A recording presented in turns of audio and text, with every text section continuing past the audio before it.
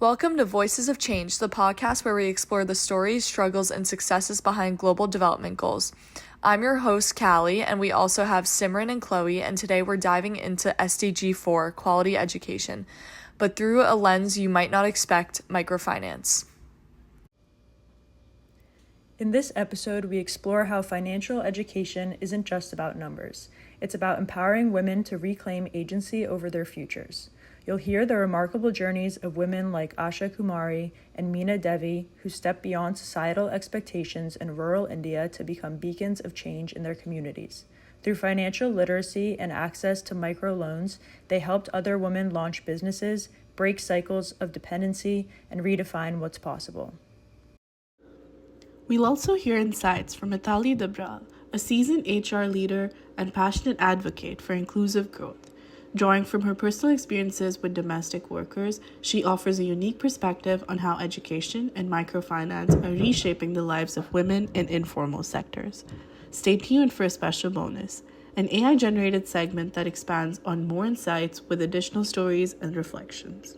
So let's begin. It's time to hear how education through microfinance is rewriting stories and building futures, one woman at a time. Welcome to the deep dive. Today, we're plunging into something really important, financial inclusion. And specifically, we're looking at how it's empowering women, particularly in rural communities. That's right. We've got this great article from FIA Global called Empowering Women Through Financial Inclusion, Stories of Change. Yeah, it's full of insights. And our goal today, our sort of mission for this deep dive, is to really get under the skin of how access to banking, financial know-how actually transforms lives. Exactly. We want to pull out the real-world examples from the article, see the tangible effects, but also, be realistic about the challenges that are still out there. Definitely. And just to kick us off, there's this statistic from the World Bank I found quite striking. Whoa. It says women who have access to financial services are 30% more likely to invest in their family's education and health. Wow, 30%. That's significant. Isn't it? So right away, you see, it's not just about money management, is it? It's like a catalyst for much bigger changes in society. Absolutely. For so many women in these rural, often underserved areas, financial inclusion, it's more than just a bank account. It's like opening a door. A door to what, specifically? Well, to opportunities they just couldn't reach before. Economic independence, really. It's the key, you could say. And the article really shows how that works, right? When women get control over their finances, they can start doing things like saving. Saving, getting small loans for businesses. Investing in their kids' schooling. It's a path to, self-sufficiency. And that strengthens their standing. Within the family, within the wider community, it's a real shift. A shift away from maybe less reliable ways of managing money. Exactly that. Moving away from those informal, sometimes quite exploitative lending systems. Right, towards something more stable. Yes, a stable financial footing. That lets them plan ahead for healthcare, maybe fixing up the house, growing a business idea. And there's a dignity in that, isn't there? Less vulnerability. Huge. Empowerment, dignity. It helps reduce that constant worry about poverty. The article really brings this alive with the stories of Meena Devi and Asha Kumari. They're both business correspondents, or BCs. Maybe we should quickly explain what a BC actually does for anyone listening who might not know. Good idea. Think of them as like mobile bankers or community banking agents. Okay. They bring basic banking services right into the villages, especially where there isn't a physical bank branch nearby. So they make it accessible. Accessible, yes, and they're crucial for building trust. They're often local people themselves. Let's start with Meena Devi. She's in Mirzapur, Uttar Pradesh. The article mentions she was a teacher. That's right. And being a local teacher, she saw firsthand how many women around her struggled because they didn't have much financial literacy. So she saw the need directly. Exactly. And that's what spurred her on to become a BC, to sort of bridge that gap for them. And her approach sounds very practical, running financial literacy workshops, but using everyday language. Yeah, really stripping away the jargon, making it relatable. Which is so key, isn't it? Making complex stuff feel less intimidating. Totally. She created this comfortable space where women felt okay asking questions, learning about saving, loans, budgeting, building their confidence.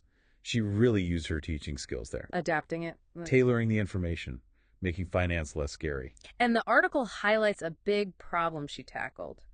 Predatory lending. That sounds tough. It is. These informal lenders charging sky-high interest rates. So how did she handle that? She was quite direct, actually. She educated the women about the risks, showed them the real costs. That also offered alternative. Crucially, yes. She pointed them towards safer, more affordable options through formal banking and made sure they knew their rights, helping them escape those debt cycles. The results seem pretty amazing. The article gives figures: over 200 women in her workshops. Yep, over 200 attended. And get this, a 25% drop in women using those high-interest loans. Wow. And more women opening bank accounts, too. A 30% increase. These aren't small numbers. It shows real change happening. It really does. Yeah, and right. there's a quote from her in the article. Oh, yeah, I remember that one.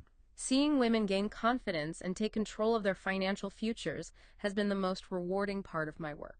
It really hits home, doesn't it? Oh, yeah. The personal impact on her, but also the wider community benefit. So summing up Meena's story, it's more bank accounts, sure, but it's also confidence. Confidence, better planning, investing in families.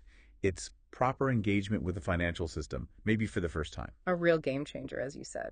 Education tailored right. Precisely. Okay, now let's shift to Asha Kumari.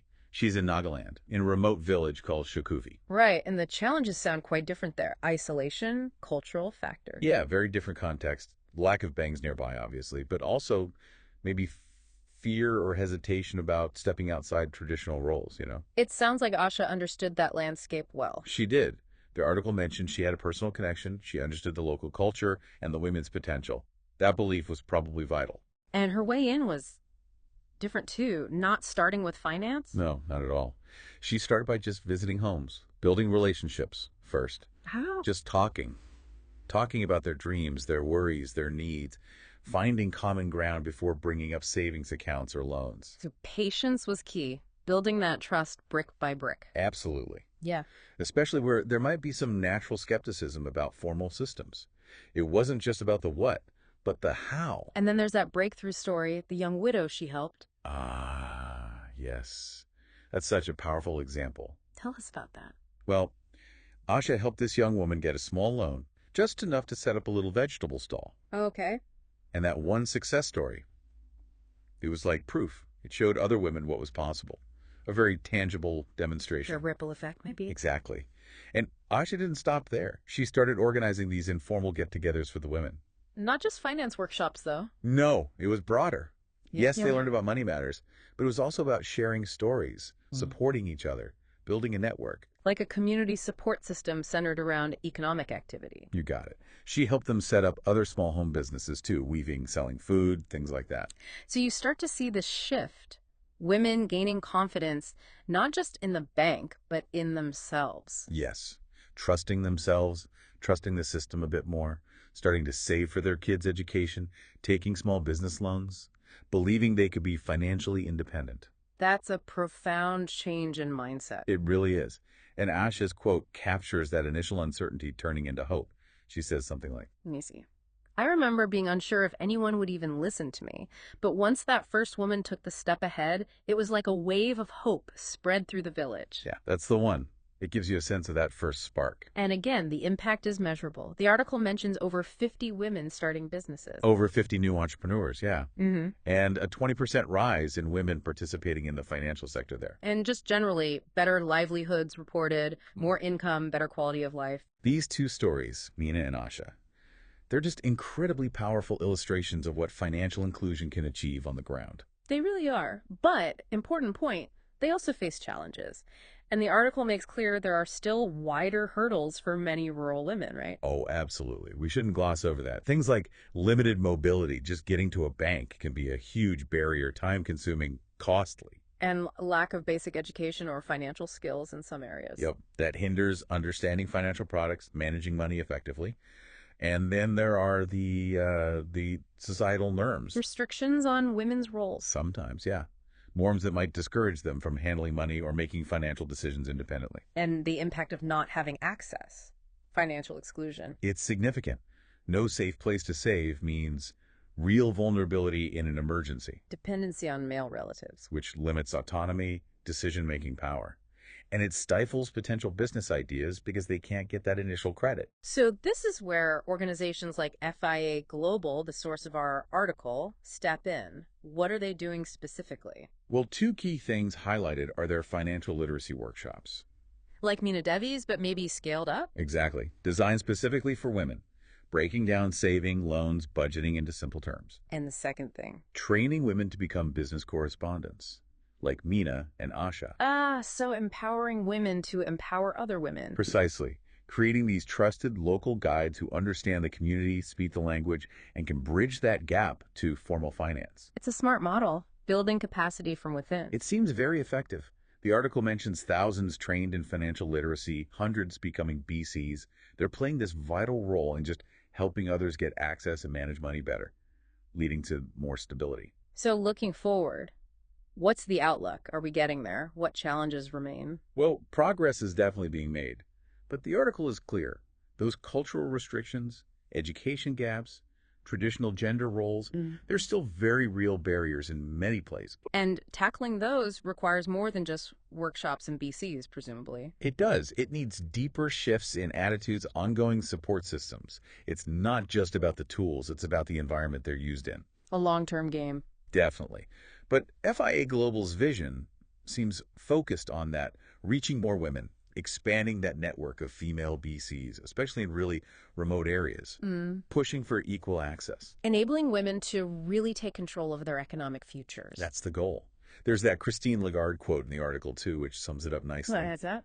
When women are empowered, they can become agents of change driving social, economic, and environmental progress. That really captures the bigger picture, the ripple effect. It does. And FIA Global clearly sees women not just as recipients of help, but as, the core drivers of this change. They manage finances well, they run businesses, they build communities. They're the change makers, often. Exactly. And Asha and Meena are just perfect examples of that. Proving their own lives, yes, but also lifting others out of financial dependence. Yeah, breaking those cycles. Okay, so let's try and wrap this up. The key takeaway for me is just how powerful a tool financial inclusion is for women's empowerment. Absolutely. Leading to literacy, independence, better livelihoods. And Meena and Asha's stories just show that impact so clearly. They really do.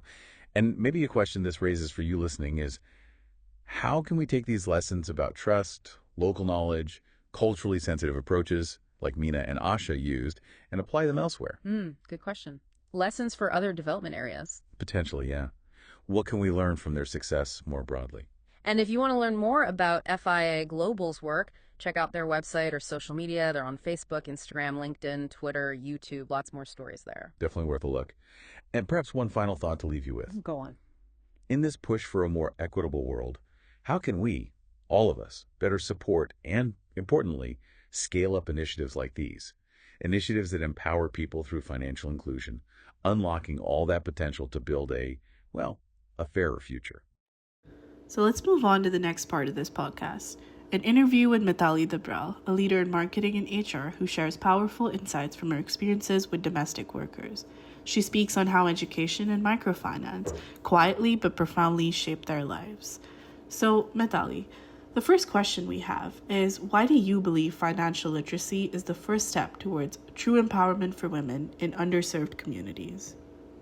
So I think a couple of things here. See, what happens is specifically to India, right, which is where I work and I grew up.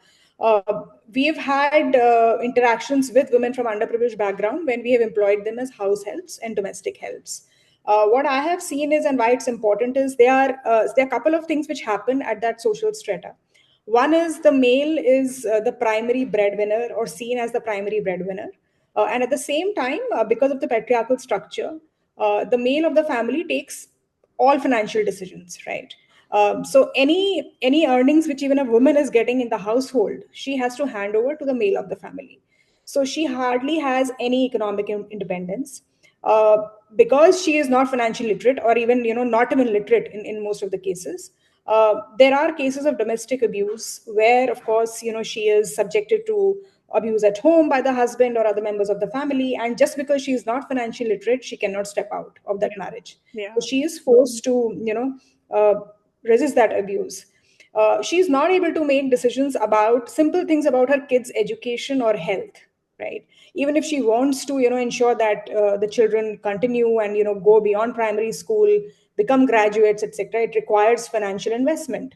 And because she has to look forward to the male of the family to make that decision, specifically for her daughters, most of the time the father does not want to invest in that because he wants more earning hands, would rather, put them as a domestic labor somewhere else instead of investing in their education. So Yeah. she is depriving the second generation, third generation women also of education. She realizes the importance herself, but she doesn't have the wherewithal because she's not financially literate at all. How to, invest money there. So then the second, third generation also suffer because of the ignorance which she's grown up with, right? She's not able to invest in health for herself or for her children. She realizes the importance because she's now exposed to a household where she's seen our kids grow up, right? So she knows how important hygiene is, how important vaccination is. But because she's not, again, neither has access to funds, she cannot invest in their health as well. That's the second thing, right? Third is, there are a lot of government schemes, specifically I think in India, and I'm sure other countries as well, where government actually encourages people and women from underprivileged backgrounds to take loans, at very, very nominal rates. And other microfinance instruments, right? You can get into a lending scheme, etc., which government gives, and there are a lot of subsidies which government gives for such initiatives. They can start their own business, but they're just not aware. Because, and how will they be aware? Because nobody has ever told them, and they actually can benefit a lot from these schemes. Yeah. But she's not aware, and she doesn't know how to use them. Then I think fourth is, it because there is such unorganized kind of a setup and she does not have access to funds. What will a woman resort to? She goes to her friends, she goes to local money lenders, she goes to people who take undue advantage, give them loans at very unrealistic kind of a interest rates, etc. And that's the only instrument she has at her disposal because she doesn't know, she's not financially literate. So that kind of becomes, it's a vicious circle, right?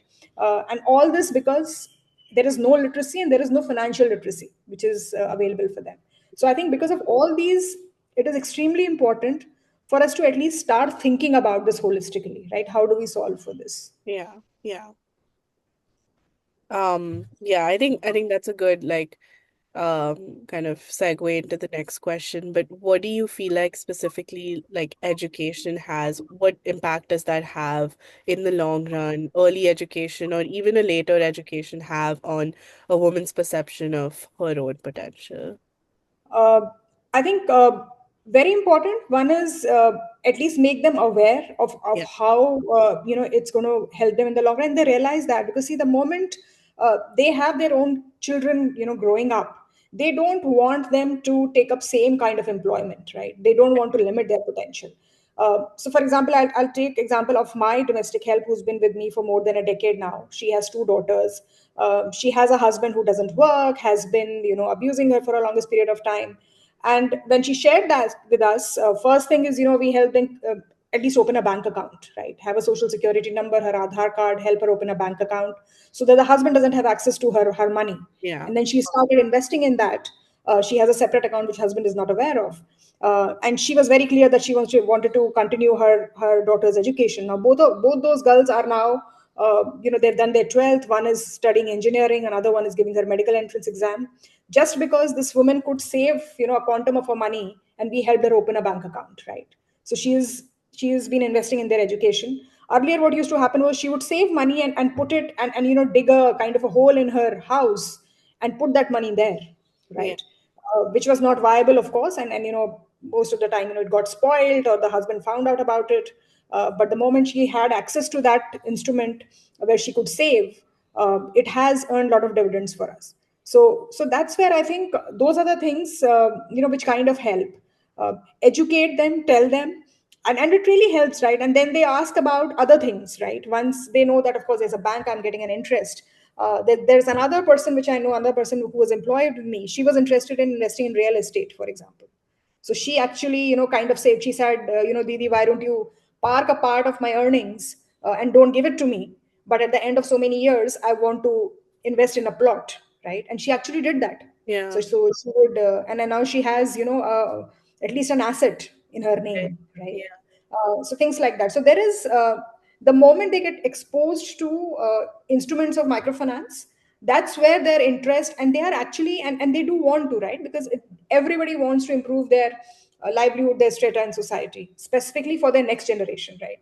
So to Yeah. avoid, I think, multi-generational poverty has that has to be broken, that Right. link has to be broken. Yeah. So I think women who are exposed to these financial micro instruments are the first ones who actually benefit, and the next generation benefits even further, right? Yeah. Because now, for example, for my domestic help, whose daughter will become an engineer very soon, and the other one may become a doctor, that's where you break that cycle, right? Right. And just because, she decided early on and actually said that, I want to open a bank account, can you help me, right? Yeah. Do you feel like somewhere within all these gaps, there is one kind of big misconception that you have noticed people have within their community about microfinance and about like the financial status of women in these communities?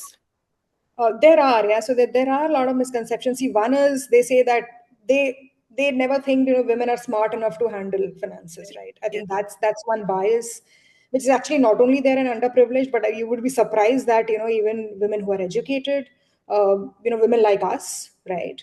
Most of the times, if you'd rather do a survey, majority of us don't even handle our own taxes. Yeah, what are we talking about? So Yeah. I think that inherent bias that male always handle finances are better at it, that's the biggest bias. It is across social strata, Yeah. right? Yeah. That's here as well, and unfortunately, I think women also internalize that, right? This is like typical imposter syndrome, that, if they are saying it must be true, maybe I am not smart enough, right? Yeah. So I think that's major misconception.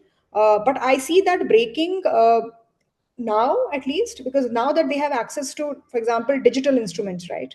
Yeah. Now that you know that, I should have a smartphone, I can do a smart pay or a Google Pay or a, phone pay. I have access to my account, I can spend money without anybody else, in the family knowing about it, because it's my own account linked to my own money app. Right. So I think next generation is a bit, the kind of, especially I see daughters, right? Because Yeah. in this case, her daughters are educated, so they are now getting her a smartphone. Yeah. They want to open a bank account and link it, so she can have her own expenses, which the husband need not know about, right? So it's Yeah. more of an independence. So I think those misconceptions are there, but they are being broken by the coming generation, like the Gen Yeah. Z. I think because of their exposure to internet, specifically in India, if you see, uh, everybody has a smartphone, everybody has access to internet. Yeah. I mean, at least in rural area, I think it has its, of course, pros and cons. People don't have clean water, but they have, the reels at their disposal to watch. But I think the positive part is access to information is like very, very good, right? So even if the mothers don't have access, the daughters have. Right. So they educate their mothers. Yeah. Yeah. Do you feel like you have noticed any kind of trends on how like certain educational programs or financial literacy programs can be made more accessible?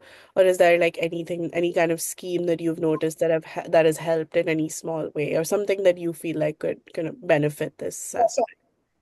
I think what helps best is, see, for specifically for this cohort, I think they heavily rely on people they know, right? So if my friends have done it, if my friends have invested in this scheme, it must be good, Mm. right? So there is a lot of peer-to-peer learning and validation they look for. Yeah. I think that's very important. So any scheme which government launches, and I think that's how they go about it also. Instead of, like, intimidating them and going there and, doing a, major thing, get hold of few educated women, let's say in a village, teach them what's the importance of microfinance and let them go and talk to their friends. Yeah. I think that approach, works beautifully well in India, and that's how government also has been doing it. Yeah. That, pick up, and that's true not only for financial sector but also healthcare. For example, we have these Anganwadi workers, right? These are rural women who are trained in, let's say, they become midwives, but they are women of that village who get Yeah. trained, and that's where the trust factor comes in, and other women come to them for their healthcare needs. Yeah. Similarly, in the financial sector, this is the approach, I think, which works well and has been working well. So catch the people who are local, right? Because Exactly. they have the trust factor. They would never trust, some MNC going and, holding a camp in a village. They Yeah. will never ever approach it. They'll be intimidated quite a lot. So Yeah. have local communities and local volunteers come up. Yeah. And just like one last question to kind of wrap it up from your experiences, do you feel like there's one certain type of financial instrument or some certain aspect of financial education, like be it budgeting or saving or investing, that you feel like has been most impactful in a woman's long-term financial independence? I think from what I have seen is savings for sure, Yeah. right? One is, of course, budgeting is important. They should know what their financial goals are. But savings is an instrument which has, and I've had the opportunity to see at least 3 to 4 women who've worked in my household, turn their lives around with a simple instrument of saving. Yeah. So I think access to reliable instruments of saving, which gives them interest, compounding interest grows, give them an opportunity to invest in other areas. That I think is the most important instrument which I've seen. Let's now move on to our bonus AI-generated segment with even more thought-provoking reflections. Welcome to the deep dive. Today we're looking at something really crucial, the link between financial literacy and empowerment. Right. Specifically for women in underprivileged communities in India, we're drawing on some firsthand perspectives here. Exactly. Our mission, let's say, for this deep dive is to understand why. Why is financial literacy seen as that foundational step? And to explore its impact, which, as we'll see, goes pretty far. Absolutely. And the core of this is an audio recording, right? Full of personal observations. Yeah, it really gives you that ground level view. It gets past the theory. Mm-hmm. It does. So before we jump in, maybe think about this for a second, just for yourself. What does financial independence mean to you? Yeah, how does having control over your money actually shape the choices you make every day? Keep that in mind. Okay, so let's start at the basics. Why is financial literacy considered the first step, particularly in these communities? Well, the source really emphasizes the existing patriarchal structures, where men are often the main earners. Or at least control the finances. Exactly. Even if women work, the power over the money, the decision-making, tends to sit with the men in the family. Right. The recording mentions how often a woman's earnings just get handed over. So her work doesn't really translate into her own economic power? Not directly, no. It's really driving that specific dynamic, do you think? Beyond just sort of general tradition. Well, that lack of control, the source makes clear, it has some really serious consequences. Like what? It's linked directly to things like domestic abuse. Women can feel trapped, literally trapped, because they don't have the financial means to leave or support themselves. That's a heavy point. Financial dependence really limits their options. Severely. And it doesn't stop there. It affects decisions about their children, too. Okay. Like their kids' well-being. The recording mentioned education, didn't it? Yes, specifically daughters' education. A key observation was that fathers might be less willing to invest in educating daughters compared to sons. Why is that? The thinking often seems to be, well, the daughter will marry and leave, so investing in her education doesn't benefit the immediate family unit in the same way as investing in a son. Right. So even if the mother sees the value, she might not have the financial say to make it happen. Exactly. She lacks the autonomy.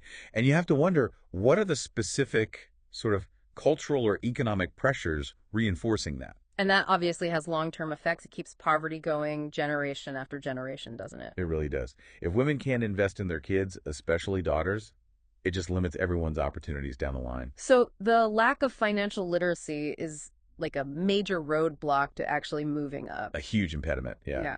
Without it, women are basically locked out of opportunities that could change everything for them and their families. Which leads us to another point from the recording, missed opportunities and even exploitation. Yes, this is crucial. It's about access and awareness. How so? The source points out there are numerous government schemes, loans at really low rates, microfinance options, all designed to help women start businesses. Okay, so help is technically available. Technically, yes. But if women lack financial literacy, they often don't even know these exist. Or if they do, they don't know how to navigate the paperwork, the process. It's like having a key but not knowing which door it unlocks or how to turn it. Precisely. It's frustrating. And what happens then? They have to look elsewhere for money, I assume. Exactly. And the recording highlights this reliance on informal credit. Borrowing from friends, or worse, local moneylenders. Oh, I bet the interest rates there are not good. Often cripplingly high, unrealistically high. It creates what the source calls a vicious circle of debt. Right. Borrowing just to survive or pay off the last loan. Yeah, making it almost impossible to get ahead. They get trapped. Does the recording give like specific stories of that? It shifts focus a bit here, actually. It talks about the power of education itself, even basic education, later in life, how it can change a woman's whole perspective. Absolutely. And there's some really powerful stories in the source material to back that up. Like the domestic helper. Yes, the one who got help opening a bank account. Just that simple act, having a safe place to save her own money. Separate from everyone else. Right. That allowed her to save and actually invest in her daughter's education. And the result. One daughter studying engineering, the other prepping for medical exams. Wow. That's incredible. A huge shift. It really underscores the impact, doesn't it? Compared to how she saved before. Which was just hiding cash, right? Which feels so insecure. Exactly. Vulnerable to being lost, stolen, found. Then there's another example, another domestic helper. What about her? Through saving, she managed to invest in real estate, actually bought property in her own name. An asset. That's huge for long-term security. A massive step. Real stability. These stories really show it's not just theoretical. No, definitely not. And the recording also mentions microfinance, kind of. Sparking something? Yeah, like sparking interest, a desire to improve things, to break that multi-generational poverty cycle. What kind of microfinance models are common there? Like self-help groups? The source implies that just being exposed to these tools, these possibilities, it kind of lights a fire. Empowers them to see a different path, perhaps. Seems like it. But the recording also dives into some persistent misconceptions about women and money. Oh, yes. A big one highlighted is this deeply ingrained idea that women just aren't as capable as men at handling finances. And that's not just in one specific group, is it? No, what's really striking is the source says this bias cuts across different socioeconomic levels. Even highly educated women, the speaker noted, often don't handle their own taxes, for instance. That really shows how pervasive it is. Wow. And does it get internalized? Like, do women start to believe it themselves? Yes, the recording mentions imposter syndrome. That feeling of, well, if everyone thinks women aren't good with money, maybe I'm not good with money. Which stops them from even trying to take control. It's a self-limiting belief, definitely. Reinforced by society. But there's some good news too, right? The recording suggests things are shifting, especially with digital tools. Yes, that's a really positive point. Smartphones, mobile payment apps, they're becoming more common. And that helps how? It gives women more direct, independent control. The source mentions daughters getting smartphones for their mothers, helping them open bank accounts online. So it bypasses some of the traditional gatekeepers. Exactly. More autonomy, more privacy in their financial lives.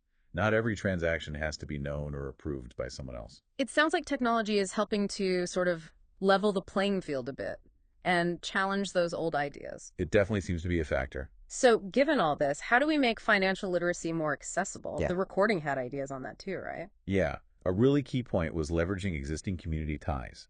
Trust is huge. Meaning? Peer-to-peer learning. If women see their friends, their neighbors, learning about this stuff and benefiting. They're more likely to try it themselves. Much more likely. Overcomes that initial hesitation. The source highlights a strategy that worked well. Empowering women within the community who already have some education. To teach their peers. Exactly. Teaching them about microfinance, banking, whatever is relevant. It uses the existing social fabric. If that makes sense, they're trusted figures already. Precisely. They speak the language, understand the context. It's often more effective than an external organization coming in cold. The recording compared it to healthcare, didn't it? With the ASJ workers? Yes, the local female health workers. Just like women often trust health advice more from a local trained woman. The same applies to financial advice. It seems so. Trust is paramount. Initiatives led by local volunteers, people from within the community, just tend to work better. Less intimidation, more buy-in. Okay, so based on all these observations, what financial tools seem to make the biggest difference for long-term independence? Consistently, the source points to savings. Savings. More than, say, budgeting or loans. Well, budgeting and goals are important for sure. But the access to reliable ways to save places where money is secure, earns interest, maybe opens doors to other investments, that seems to be truly transformative for the women observed. Just having a safe place to build up some capital, even small amounts. And seeing it grow. It builds that safety net, that foundation. It creates security. and unlocks future possibilities. Yeah, possibilities that might have seemed completely out of reach before. Exactly. It's that pathway towards greater stability and ultimately independence. This has been really fascinating digging into this connection, financial literacy and empowerment. It's so clear it's not just about managing money. No, not at all. It's about agency, choice, potential, breaking those cycles of poverty we talked about. Yeah, and the stories really show how it connects to everything else: education, escaping abuse. It really is foundational. Yeah. It enables progress in so many other areas of a woman's life. Okay, so here's a final thought to leave you with. Think about the ripple effect. What happens in a community when even one woman becomes financially empowered? Yeah, what are the wider changes that could flow from that? From just giving access to knowledge and tools? And how can we better support and expand these kinds of initiatives in all sorts of different places? Something to reflect on. Thanks for joining us on Voices of Change. Today's stories show that education doesn't stop at the classroom. It also means understanding money, gaining confidence, and taking control of your future. From lived experiences shared by Mitalee to real-world stories of domestic workers, it's clear, when women gain financial knowledge, they don't just uplift themselves, they uplift entire communities. Until next time, keep learning, keep empowering, and keep changing the world one story at a time.